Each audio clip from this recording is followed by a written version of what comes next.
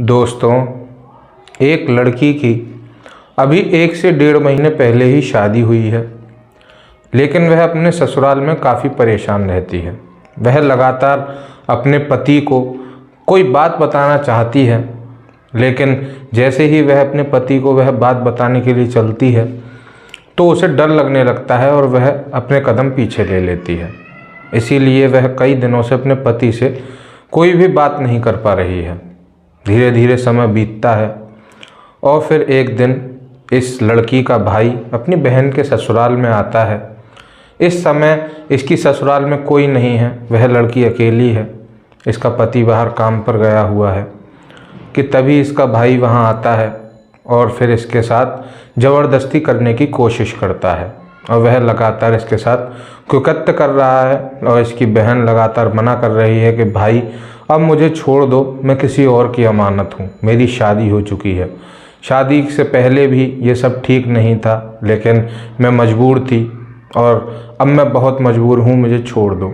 लेकिन वह एक नहीं सुन रहा कि तभी इस लड़की का पति वहाँ पर आ जाता है और अपने ही साले के साथ अपनी पत्नी को आपत्तिजनक स्थिति में देख लेता है।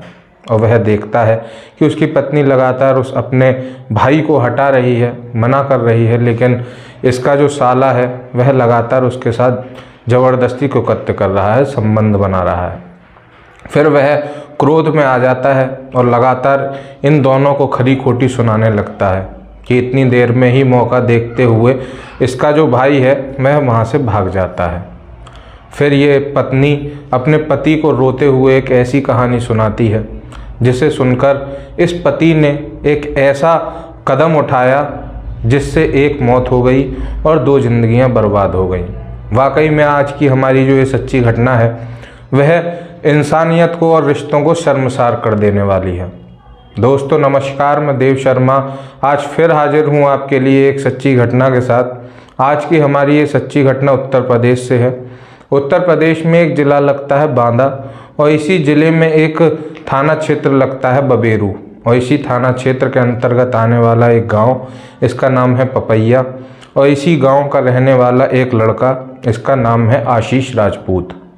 यह 25 मार्च 2022 की सुबह लगभग 11 से 12 बजे अपने घर से अपने माता पिता से ये कहकर निकलता है कि मम्मी पापा मैं अभी आधार कार्ड में करेक्शन करवाने जा रहा हूँ और लगभग 1 से 2 घंटे में वापस आ जाऊँगा।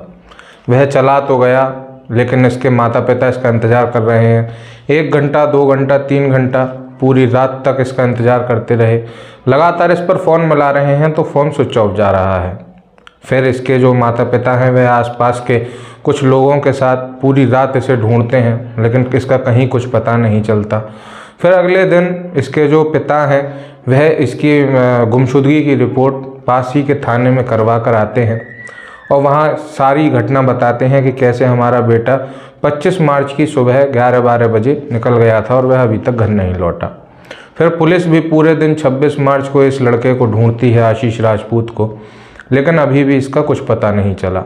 फिर अगले दिन 27 मार्च आता है और 27 मार्च 2022 की सुबह तकरीबन 10 से 11 बजे इसी पपैया गांव के पास एक गांव लगता है बदेहुदू और इसी गांव में एक लाश मिलती है और ये लाश इसी गांव की नहर के पास पुलिया के पास मिली थी और ऐसा लग रहा था जैसे ये यहाँ पर एक्सीडेंट हुआ है, तेज़ रफ्तार से ये बाइक कहीं भिड़ गई है और इसकी मौत हो गई है और ये आशीष राजपूत की ही लाश थी।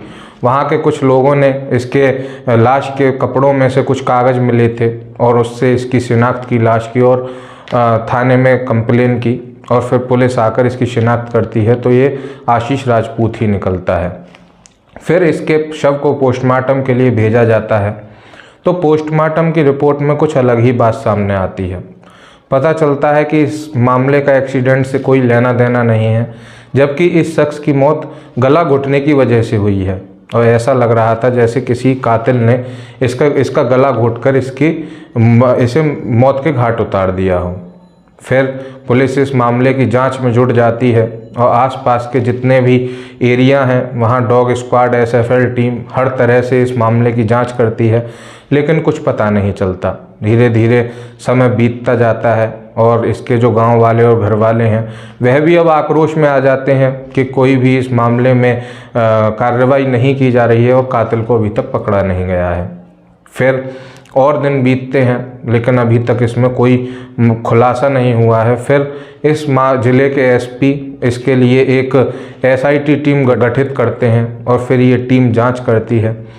जो इस शव के पास इसके कागजात तो सारे मिले थे, इसकी बाइक भी मिली थी, लेकिन नहीं मिली थी तो वो एक चीज़ थी, इसका मोबाइल।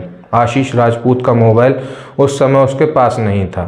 फिर पुलिस इसके मोबाइल की जीरोइंग शुरू करती है तो पता चलता है कि लास्ट कॉल, जब कॉल डिटेल खंगाली जाती हैं तो लास्ट कॉल इसने एक व्यक्ति को करी थी जिसका नाम है राहुल राजपूत, और राहुल राजपूत ने भी इसे लास्ट में एक बार कॉल किया था।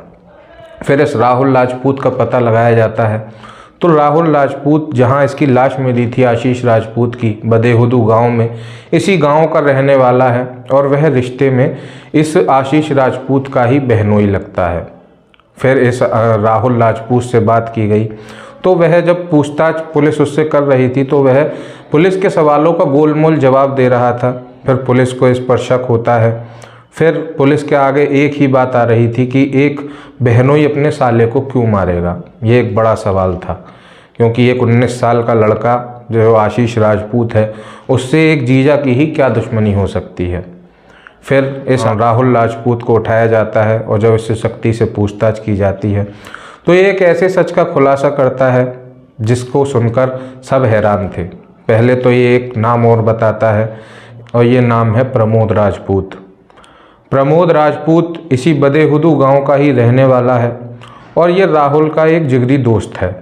फिर इन दोनों को आमने सामने बैठाया जाता है और फिर जब इनसे पूछताछ की जाती है तो राहुल बताता है कि साहब अभी 5 फरवरी को ही लगभग 1 से 1.5 महीने पहले पास ही की पपैया गांव की रहने वाली रुचि राजपूत से मेरी शादी हुई थी और मेरे घर में सब कुछ ठीक ही चल रहा था कि तभी एक दिन मुझे पता चला कि मेरी पत्नी जो रुचि राजपूत है उसके बीच में और मेरे साले आशीष राजपूत के बीच में, ये जो आशीष राजपूत और ये जो रुचि राजपूत हैं ये दोनों मामा फूफी के बहन भाई हैं। यानी कि जो रुचि राजपूत है वह आशीष राजपूत की मामा की लड़की है, यानी कि उसी की ममेरी बहन है। ये दोनों बहन भाई हैं। और फिर मुझे एक दिन पता चला कि आशीष के और इसके रुचि राजपूत के, मेरी पत्नी के, जब शादी से पहले से ही अवैध संबंध हैं। और फिर उसने एक और बात बताई मेरी पत्नी ने, जब मैंने इन्हें आपत्तिजनक स्थिति में देख लिया था तो उसने मुझे बताया कि शादी से पहले से ही आशीष लगातार मुझे टॉर्चर करता रहा है, मुझे ब्लैकमेल करता आ रहा है। उसने ज़बरदस्ती मेरे साथ एक बार अवैध संबंध बनाए और फिर उसने उन्हीं संबंधों की मेरी वीडियो बना ली और फिर वह लगातार मुझे ब्लैकमेल करता रहा और मुझे धमकियां देता रहा कि मैं इस वीडियो को सोशल मीडिया पर वायरल कर दूंगा अगर तुमने मेरे साथ संबंध नहीं बनाए तो। फिर मेरी शादी हो गई और शादी के बाद भी मुझे लगातार तंग कर रहा है, परेशान कर रहा है, ब्लैकमेल कर रहा है और वह अभी भी मुझसे संबंध बनाने की कोशिश करता है। फिर राहुल ने आशीष के पापा को समझाने की कोशिश की और उससे कहा कि ये ठीक नहीं है, ये तुम्हारी बहन है, जो पहले हो गया उसे भूल जाओ और इस वीडियो को तुम डिलीट कर दो। लेकिन आशीष इस बात को मानने के लिए तैयार नहीं था और वह इस वीडियो को डिलीट करने के लिए 5 लाख रुपए की डिमांड राहुल से करने लगा। लेकिन राहुल के पास 5 लाख रुपए नहीं थे। फिर राहुल एक बार आशीष के परिवार वालों के पास भी जाता है, उसके माता पिता से बात करता है, उसके भाई से बात करता है और कहता है कि ये ठीक नहीं है, इससे वो वीडियो डिलीट करवाओ और इसे समझाओ, कहीं ऐसा ना हो कि इसे आगे पछताना पड़े। इस तरह की उसने बात की, लेकिन आशीष अभी भी किसी की नहीं मानता और वह लगातार 5 लाख रुपए की डिमांड राहुल से कर रहा है। लेकिन राहुल अब परेशान हो जाता है और फिर वह रास्ते से इस आशीष को हटाने की ठान लेता है। फिर वह अपने दोस्त प्रमोद राजपूत से मिलता है और उससे इस हत्या का प्लान बनाता है उसके साथ। और फिर 25 मार्च 2022 की सुबह वह इस आशीष को फ़ोन करता है और इससे कहता है कि मैंने 5 लाख रुपए का बंदोबस्त कर लिया है और तुम आकर पैसे ले जाओ। अब आशीष भी लालच में आ गया और वह बदेहुदू गांव के लिए निकल पड़ता है और फिर ये दोनों प्रमोद और राहुल इससे पहले तो बहुत सारी शराब पिलाते हैं इसी बदेहुदू की नहर पर, और फिर गला घोंटकर एक रस्सी से इसकी हत्या कर देते हैं और फिर इस मामले को ऐसा दिखाने की कोशिश करते हैं जैसे ये एक्सीडेंट हो गया था। फिर इन्होंने इस कत्ल में यूज की थी रस्सी, फिर उस रस्सी को भी ये जलाकर वहीं पास में फेंक देते हैं। जब पुलिस ने पूछा कि तुमने कानूनी सहायता क्यों नहीं ली, तो इसने कहा, राहुल ने, कि मैं कई बार आशीष के घर पर गया था लेकिन उसके घर वाले भी उसे नहीं समझा पाए। जब पुलिस को ये पता चला तो उन्हें बड़ा अचंभा हुआ कि लगभग 15 से 16 दिन इस कत्ल को बीत चुके हैं, लेकिन आशीष के घर वालों ने एक भी बार पुलिस से ये बताने की कोशिश नहीं की, ना ही बताया कि इस तरह से उसकी बहन के साथ उसके नाजायज़ संबंध थे और वह लगातार उसे ब्लैकमेल कर रहा था। फिर इस मामले में इन दोनों को गिरफ्तार कर लिया गया। अब पुलिस ने कोर्ट में चार्जशीट दायर कर दी है और अब ये मामला कोर्ट में है। दोस्तों, इस कत्ल का राहुल को और उसके दोस्त को बिल्कुल कोई अफसोस नहीं है, और जब आसपास ये खबर फैली आसपास के क्षेत्रों में, तो और लोगों को भी इस बात का कोई अफसोस नहीं था। सब कह रहे थे कि राहुल ने ठीक किया। दोस्तों, वाकई आशीष ने ये काम गलत किया था, लेकिन राहुल को भी अपने हाथ में कानून नहीं लेना चाहिए था। उसे हर तरह से कानूनी मदद लेनी चाहिए थी, लेकिन उसे कानून हाथ में नहीं लेना चाहिए था। दोस्तों, इस तरह से एक भाई ने अपनी बहन के साथ लगातार घिनौना कृत्य किया और उसे ब्लैकमेल किया, और शादी के बाद भी वह उसे लगातार ब्लैकमेल कर रहा था और फिर उसकी जान चली गई। दोस्तों, आज के लिए बस इतना ही। आगे मिलता हूँ आने वाली सच्ची घटना के साथ। अगर आपको हमारी ये सच्ची घटना पसंद आई हो तो लाइक करें, शेयर करें, हमारे चैनल को भी सब्सक्राइब करें और बेल आइकन भी दबाएं ताकि आने वाली सारी सच्ची घटनाओं का नोटिफिकेशन आपको मिलता रहे। और आपसे गुजारिश, कृपया सतर्क रहें, सुरक्षित रहें, जागरूक रहें।